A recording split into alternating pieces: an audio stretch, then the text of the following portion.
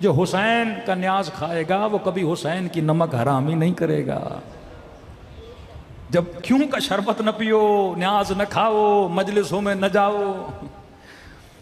ابھی تو میں ٹک ٹاک والے مفتی صاحب کو سن رہا تھا، اب پہلے کافر بولا، مجلسوں میں نہ جاؤ، اب یہ نہج آئی ہے، کہتے ہیں بھائی بحث نہیں کرو شیعوں سے، بس بولو آپ جو کر رہے ہو صحیح ہو، ہم جو کر رہے ہیں۔ اب یہ نوبت آئی ہے، ان کو پتہ ہے بحث کریں گے جواب تو ہے ہی نہیں، کیونکہ اتنے سوال ان کے اپنوں نے کھڑے کر دیے۔ اب کہتے ہیں جو ملے اسے بولو بھائی آپ ماتم کر رہے ہو کرو، جو کرتے ہو کرو، ہمیں کیوں بولتے ہو؟ ہم اپنی جگہ خوش، تم اپنی جگہ خوش۔ اے کاش یہ تم 20 سال پہلے بولتے ہیں نا، تم اپنی جگہ خوش ہم اپنی جگہ خوش۔ 40 سال پہلے بولتے ہیں نا، پہلے پتھر مارے، پھر گولیاں ماری، پھر بموں سے مارا کہ یہ مجلس نہ کرے۔ اب یہ نوبت آئی ہے، ان کے بچے سوال کر رہے ہیں، کیونکہ یہ مکتب ہے۔ یہ ٹریننگ کیوں دی؟ جلوس کا مطلب کیا ہے؟ تاکہ گلی گلی جاؤ، نام حسین جو نہیں بھی سننا چاہتا اس کے کان میں حسین کا نام ٹکرائے ہیں۔ نوحیں چلاؤ تاکہ ان کو پتا چلے امام حسین کی کوئی بیٹی تھی، ظلم ہوا، کوئی نبی کی نواسی تھی جس کی چادر چھینی گئی، کچھ اہل بیت تھے جن کو بازاروں میں لے جایا گیا، پھر ان کے ذہنوں میں سوال پیدا ہو وہ کون تھا جو دربار میں لے کر گیا، وہ کون تھا جس نے یہ حکم دیا کہ نبی کے نواسے کا گلا کاٹا جائے۔ جب کون تک آئیں گے آپ کا آدھا مسئلہ حل ہو جائے گا۔ صلوات پڑھے محمد و آل محمد پر۔ 20 ایئرز، 20 سال کا زمانہ، جس 20 سال میں امیر المومنین کے چاہنے والوں کو قتل بھی کیا گیا، جس 20 سالوں میں آل رسول کے لیے تبلیغ بھی کی گئی۔ اب جو مضبوط ترین حاکم بنو امیہ میں معاویہ کے بعد اگر کوئی حاکم آیا ہے وہ عبد الملک مروان ہے، جو مقتدر ترین حاکم گزرا ہے۔ اگر خلفائے اسلامی میں دیکھیں سب سے طاقتور حاکم، یہ بہت تیز تھا، یہ بہت ہوشیار تھا۔ اب جو جعل حدیث کا ٹاپک ہے اس پہ میں کل آؤں گا، کیونکہ تقریباً 8-9 حدیثیں میں نے پڑھنی ہے تاکہ آپ کو پتہ لگے کہ کس طرح اسلامی معاشرے کو تباہ و برباد کر دی۔ آج بھی وہ حدیثیں ان کی کتابوں میں موجود ہیں۔ آج بھی اگر یزید کے دفاع میں اگر کوئی حدیث لائی جاتی ہے، بخاری سے وہ حدیثیں لائی جاتی ہیں کہ میں نے اس دن پڑھی تھی کہ رسول خدا فرماتے اگر کوئی ایسا بندہ حاکم بن جائے ولو حبشین، اگر حبشی کالا بھی ہو، فاسق و فاجر بھی ہو، تم مسلمانوں کو حق نہیں اس کے خلاف قیام کرو، اور اگر کوئی حاکم کے خلاف قیام کرتا ہے اور جماعت مسلمین سے نکل جاتا ہے، فرمایا وہ سیدھا منہ کہاں جائے گا؟ جہنم کے اندر جائے گا۔ اور چالاکیاں جعل حدیث میں اتنی کی، اور حدیث کا راوی کس کو بنایا؟ ابو ذر غفاری۔ حدیث کا راوی کس کو بنایا؟ ابن عباس۔ یہ دونوں امیر المومنین کے نزدیک ہیں۔ اب وہ ابو ذر غفاری جو جناب عثمان کا سخت ترین مخالف تھا، جس کی وجہ سے جناب ابو ذر غفاری کو نکالا گیا اور تبعید کی گئی، اور یہ حدیث کس سے لاتے ہیں؟ ابو ذر غفاری سے، کہ کچھ مسلمان گئے ربضہ میں جناب ابو ذر غفاری سے ملنے گئے اور کہا ابو ذر غفاری ہم چاہتے ہیں کہ آپ قیام کریں، ہم آپ کے ساتھ چلیں۔ ابو ذر غفاری نے کہا نہیں، میرے رسول نے فرمایا ہے حاکم کیسا بھی ہو، کچھ بھی ہو، اس کے خلاف قیام نہیں کرنا، اور ہم جماعت مسلمین سے نکل گئے تو کہاں چلے جائیں گے؟ جہنم میں چلے جائیں گے۔ حالانکہ وہ بندہ جو خود مخالف رہ چکا ہے اور وہ کہہ رہا ہے کہ قیام نہیں کرنا۔ کبھی ابن عباس سے جوڑتے ہیں، کبھی ابو ذر غفاری سے، یعنی بھرمار ہے مسلم اور بخاری میں ایسی حدیثوں کی کہ جو صراحتاً قرآن کی آیتوں کی مخالفت میں ہیں، کہ خدا کہتا ہے یرثھا عبادی الصالحین، میں زمین کا ورثہ کن کو دیتا ہوں؟ اپنے صالح بندوں کو دیتا ہوں۔ لیکن یہ کیا کہہ رہے ہیں کہ کوئی فاسق بھی ہو، کوئی فاجر بھی ہو، کوئی شرابی بھی ہو، کوئی زانی بھی ہو، وہ بھی حاکم بن جائے۔ اور یہاں تک حدیث لائی کہ جب یہ مسلمان مر جائے گا اللہ ایسے کہے گا، یہ کل سارے متون آپ کے سامنے پڑھوں گا، اللہ ایسے کہے گا کہ یہ بتا تم نے گناہ کیوں کیا؟ تو کہیں گے پروردگارا تو نے کہا کہ میرے انبیاء کی اطاعت کرو، ہم نے کی، تو نے کہا میرے رسول کی اطاعت کرو، ہم نے کی، اور آپ کے نبی نے کہا کہ حاکم فاسق بھی ہو فاجر بھی ہو اس کی اطاعت کرنی ہے، تو پروردگارا ہم نے گناہ تو کیے، اب وہ گناہ ہماری گردن پر نہیں ہے، گناہ حاکم کے گردن پر ہیں۔ تو کہتے ہیں اللہ اس کو کہے گا اچھا چلو یہ بات صحیح ہے، ان کو جنت میں لے جاؤ۔ مطلب اللہ کو بھی پتہ نہیں ہوگا، یہ اللہ کو سمجھائیں گے کہ آپ کے نبی نے یہ کہا ہے، اور اللہ ان کو کہے گا کہ آپ جنت میں چلے جاؤ۔ مطلب امت نے حاکم کے کہنے پر جتنے گناہ کیے امت بری و ذمہ ہے۔ جس طرح آج کل مسیحی کہتے ہیں حضرت عیسیٰ سولی پہ چڑھ گئے، اور جتنے ہم گناہ کریں گے عیسیٰ وہ سزا جو ہے ساری بھگت کے گئے ہیں، اور ہم سارے حضرت عیسیٰ کی وجہ سے کہاں جائیں گے؟ جنت میں چلے جائیں گے۔ تبھی امت میں یہ احساس ہی پیدا نہیں ہوا کہ ہم نے خلیفے کے خلاف اٹھنا ہے، یا ہم نے بادشاہ کے خلاف اٹھنا ہے، یا ہم نے کبھی ٹوکنا بھی ہے، یا ہم نے کبھی مخالفت بھی کرنی ہے، یا ہم نے کبھی اس کے فسق و فجور پہ بات کرنی ہے۔ پھر کہتے ہیں ان حدیثوں کی روشنی میں حسین ابن علی کو قیام نہیں کرنا چاہیے تھا۔ جب اصحاب رسول مدینے میں خاموش تھے، پھر ہم سوال کر سکتے ہیں نا واقع ہررا کیوں ہوا؟ مولا حسین شہید ہو گئے، پھر رسول کا صحابی شام جاتا ہے، یزید کی حرکتوں کو دیکھتا ہے، پھر شام سے واپس مدینے آتا ہے، پھر مدینے والوں کو کہتا ہے کہ جو حسین کہہ رہے تھے وہ صحیح تھا۔ پھر یہاں پہ امام زین العابدین ان کا پھر ساتھ نہیں دیتے۔ پھر جو واقع حرہ میں ہوا، کعبۃ اللہ کی توہین ہوئی، مسجد نبوی میں گھوڑے کھڑے کر دیے گئے، 3 دن مدینے کو حلال قرار دیا گیا۔ اس وقت بھی کردار امام زین العابدین کہ آل مروان کو اس وقت اگر پناہ لینی پڑی تو امام زین العابدین کے گھر میں لینی پڑی۔ صلوات پڑھے محمد و آل محمد۔ اب عبد الملک مروان مضبوط ترین حاکم کہ ان کی حکومت میں اسلامی جغرافیائی حدود چین کے بارڈر تک جا چکی تھی۔ انہوں نے بہت کام کیے ان حکومتوں میں، اپنا درہم دینار کے سکے انہوں نے چھپوائے۔ یہ اصطلاح مسلم یہ عبد الملک مروان نے بنائی، یعنی پہلے مسلمان ایک دوسرے کو مسلمان نہیں کہتے تھے، کہتے تھے مومن ہے یا مہاجر ہے۔ انہوں نے یہ نام دلایا مسلمانوں کو کہ جب مخاطب ہوں تو کیا کہو، یہ مسلمین ہیں۔ دوسرا، انہوں نے عوام کے اندر جذبات دیکھے بنو امیہ کے خلاف، تو انہوں نے اپنے ہی رشتہ داروں سے اظہار برات کیا، کیونکہ یہ چچا زاد تھے امیر شام کے، ان سے اظہار برات کیا۔ پہلی حکومتوں میں جتنی حدیثیں بنی تھیں اکثر راوی شامی تھے، اور اتنی جعل حدیث کی گئی۔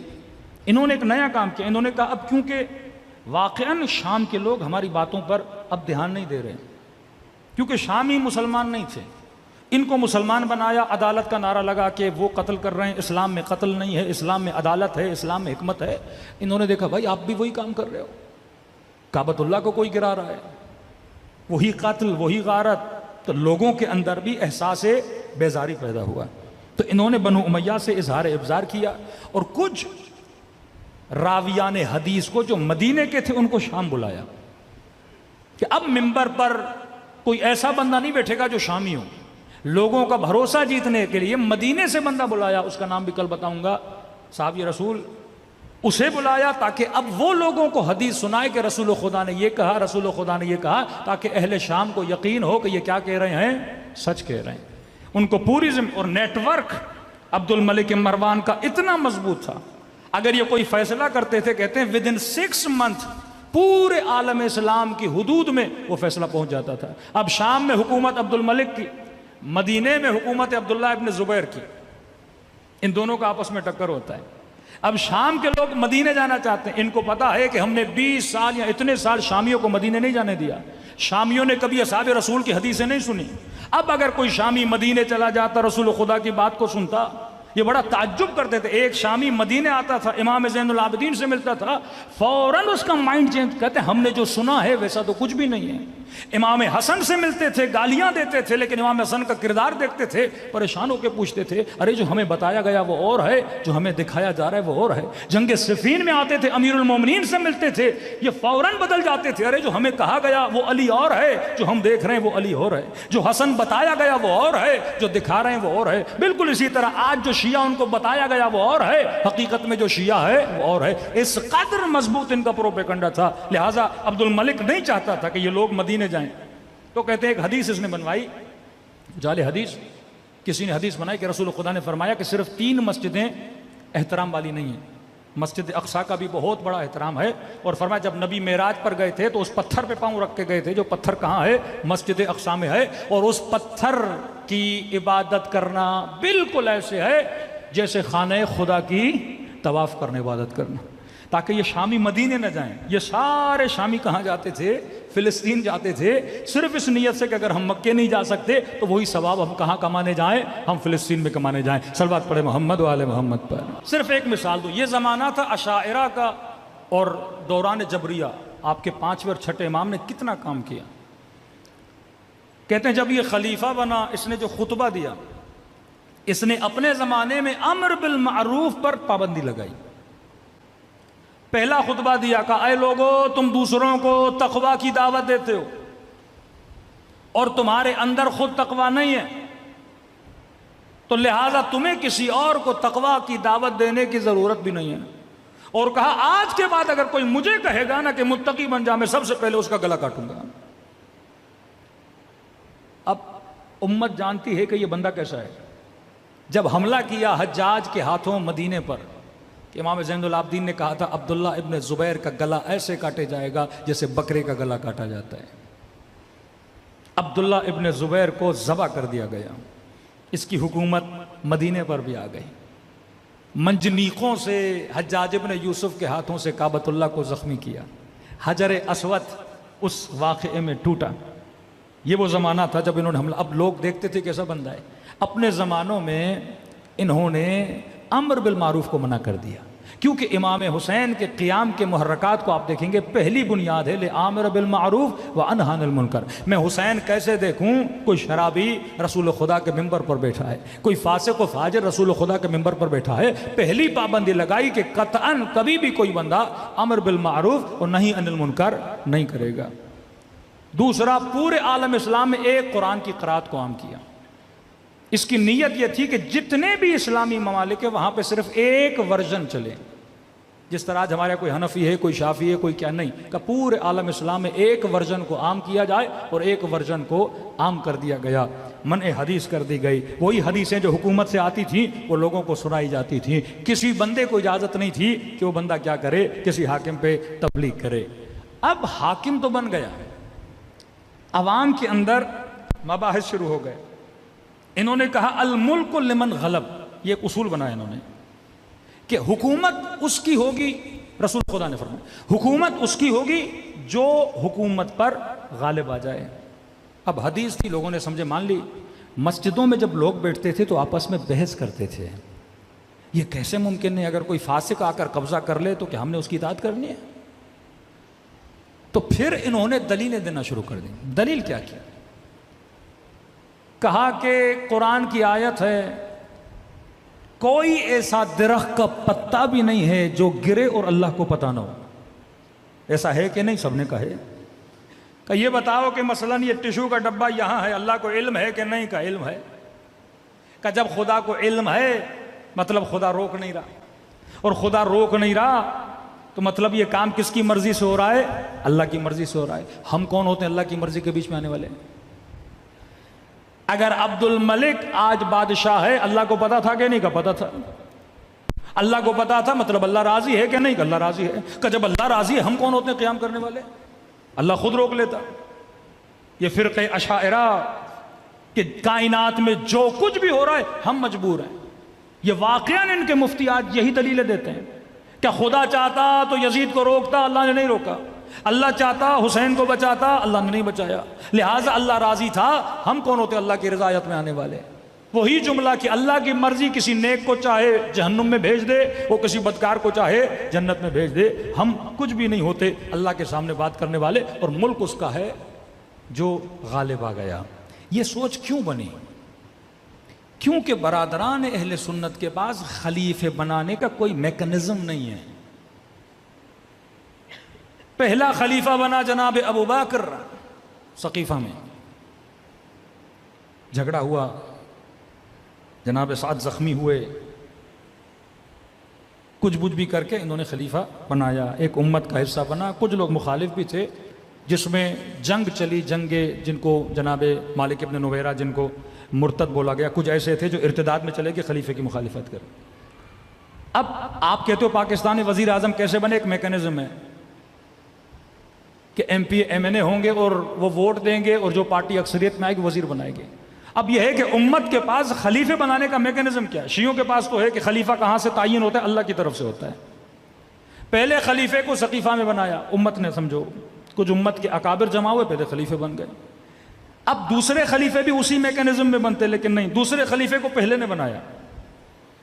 یعنی جناب عمر کو کس نے چنا؟ جناب ابابکر نے. میکینزم چینج ہو گیا، دوسرا میکینزم پچھلا خلیفہ اگلے خلیفے کو بنائے گا. تیسرے خلیفے کو پھر پچھلے نے نہیں بنایا، انہوں نے شورا بنا دی. 6 لوگوں کی شورا بنائی کا یہ چنیں گے کہ امت کا خلیفہ کون ہوگا.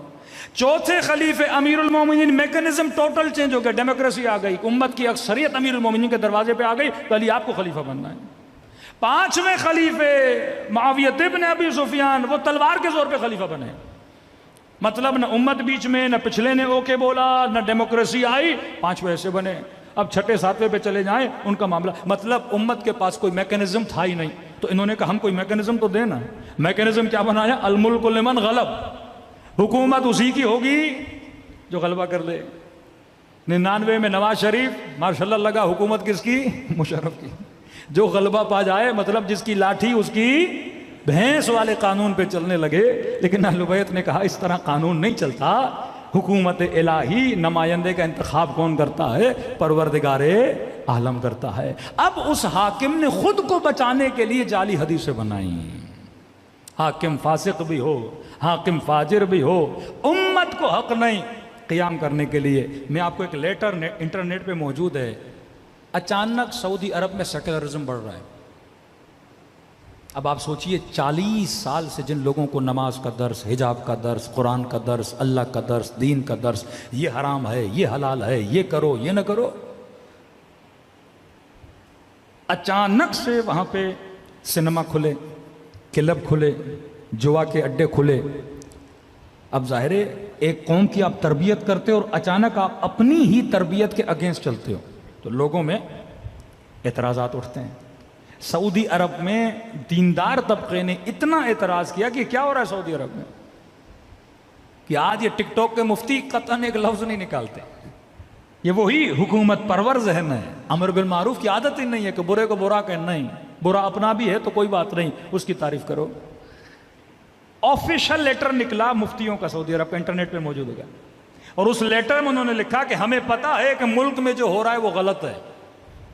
جوا خانے نہیں کھلنے چاہیے، شراب خانے نہیں کھلنے چاہیے، انڈیا سے ڈانسر لوگوں کو ناچ گانے کے لیے نہیں بلانا چاہیے، ہالی ووڈ کی بے حیا عورتوں کو اس سرزمین مقدس پہ نہیں آنا چاہیے. ہم عوام کے جذبات بھی سمجھتے ہیں، جو کچھ ہو رہا ہے ہمیں بھی پتا ہے غلط ہو رہا ہے، لیکن یہ یاد رکھنا رسول خدا نے فرمایا ہے خلیفہ کیسا بھی ہو اس کے خلاف قیام نہیں کر سکتے، اس کے خلاف زبان نہیں کھول سکتے. وہ جانے، اللہ کا معاملہ جانے، تم مسجد حرام میں نمازیں پڑھتے رہو، تم روزے رکھتے رہو. یہ سوچ بلڈ کی گئی. اب جس معاشرے میں یہ سوچ ہو وہ معاشرہ کبھی انقلابی معاشرہ، وہ نہ ڈیموکریسی میں خود کو بدل سکتا ہے، نہ اسلام کے اعتبار سے خود کو بدل سکتا ہے. لیکن آپ دیکھتے ہیں تشیع کو اہل بیت نے ایسا نیٹ ورک دیا کہ اتنے مضبوط ترین شاہ ایران کو ایک امام زمانہ کا ماننے والا، ایک فرزند زہرا کا اور ان کے عقائد کو ماننے والا کس طرح شاہ کی کرسی کو اٹھا کر پھینکتا ہے. اور 40 سال سے زیادہ ہو گئے نظام اسلامی کو قائم کیا ہوا ہے. اسرائیل کی آنکھوں میں آنکھیں ڈال کے بات کرتے ہیں،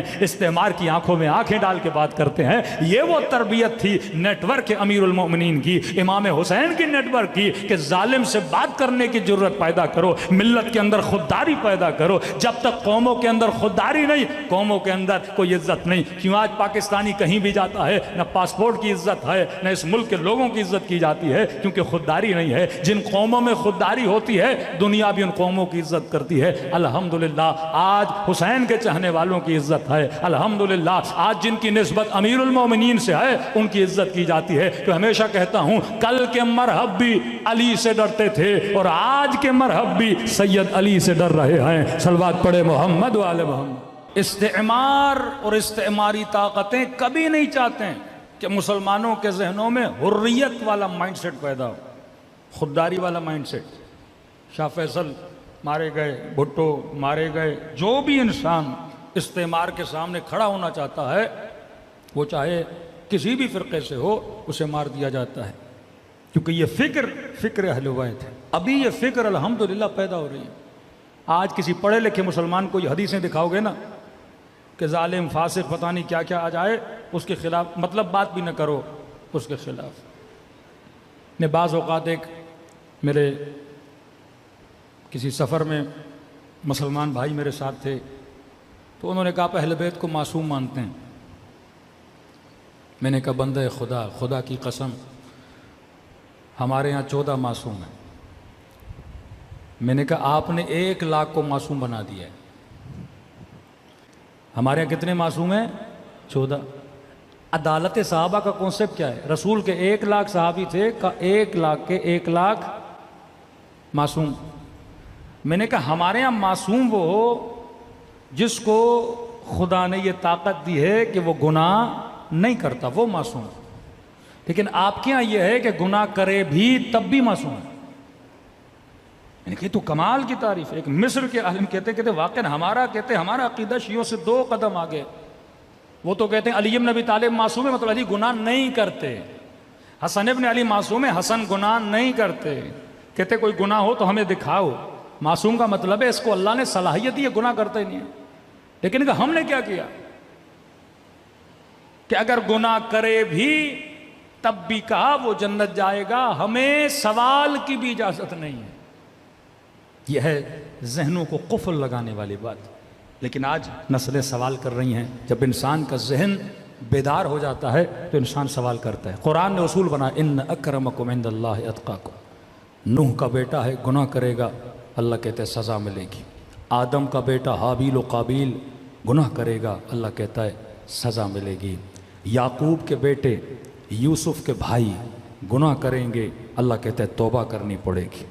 جس نے جہاں خطا کی کہا یہ مذہب اختیار ہے، یہاں پہ ہدایت کا راستہ بھی ہے، ضلالت کا راستہ بھی ہے. غیر المغضوب علیہم ولا الضالین، فرما صراط مستقیم پہ چلو. یہ پیغام پوری امت کے لیے ہے، اور یہ اینک لگا کے رکھو کہ واقعاً حق کیا ہے، باطل کیا ہے. صلوات پڑھے محمد و آل محمد. تو مضبوط ترین نیٹ ورک اہل البیت علیہ الصلوۃ والسلام، عقلانی ترین نیٹ ورک آپ کو دیا، ایک میکنزم دیا. کسی کو چننا ہے، ہمارے ہاں امام کے لیے بھی شرط عدالت، علم، عصمت. ہمارے ہاں مجتہد کے لیے بھی شرط عدالت، صیانت نفس اور علم. ہمارے ہاں حاکم کے لیے بھی شرط عدالت، علم، صائنا للنفس. امام زمانہ فرماتے ہیں صائنا للنفس، مطلب معصوم نہیں ہے لیکن اختیاری طور پر یہ خود کو معصوم بنا سکتا ہے. صیانت نفس کہتے ہیں ایک جوان گناہ نہ کرنا چاہے اپنے وجود کو روک سکتا ہے. آغا قاضی جیسے آیت اللہ العظمیٰ کشمیری کو آغا محسن الحکیم کہتے تھے کہ اے کشمیری اتنی کرامتیں نہ دکھاؤ کہ لوگ کہیں بہت بڑا دعویٰ نہ آپ کے لیے کر دیں. آغا کشمیری کہتے تھے میں مجبور ہو جاتا ہوں کرامت دکھانے پر. 100 بار دلیلیں دیتا ہوں کہ اہل بیت کے پاس علم غیب تھا، لیکن اگلا بندہ ماننے کے لیے تیار نہیں ہوتا. پھر آغا کشمیری کہتے تھے میں تمہیں بتاؤں کل تو کہاں پہ کیا کرنے گیا تھا. جب مجھے تیرے عیبوں کا پتہ ہے کہ کل تو نے کیا کیا، یہ علم مجھے ہے، تو علی بن ابی طالب کو کتنا علم ہوگا، رسول خدا کو کتنا علم ہوگا. عزیزان محترم، آنسو اس لیے بہائے جاتے ہیں تاکہ انسان کا دل نرم ہو جائے. میں فلسطین کے یتیم بچوں کے لاشیں دیکھوں نہ روں. ایک فلسطین کا باپ ہے، اس کا کلپ بڑا وائرل ہو رہا ہے. ہمت ہے اس باپ کی کہ ایک طرف اس کا چھوٹا بیٹا، ایک طرف اس کی چھوٹی بیٹی، خود ہی اپنے ہاتھوں سے ان کے ماتھوں سے خون صاف کرتا ہے، کفن میں لپیٹ کے. اس بندے کی آنکھ میں نے آنسو نہیں دیکھا. یہ ہے ہمت الہی، یہ ہے صبر الہی. اور پوری امت تماشائی ہو. 30-33 ہزار لوگ، ابھی تو 37 ہزار تک پہنچ چکے ہیں. اسکولوں پہ بم، ہاسپٹلوں پہ بم، لیکن امت تماشائی دیکھ رہی ہے. کیوں؟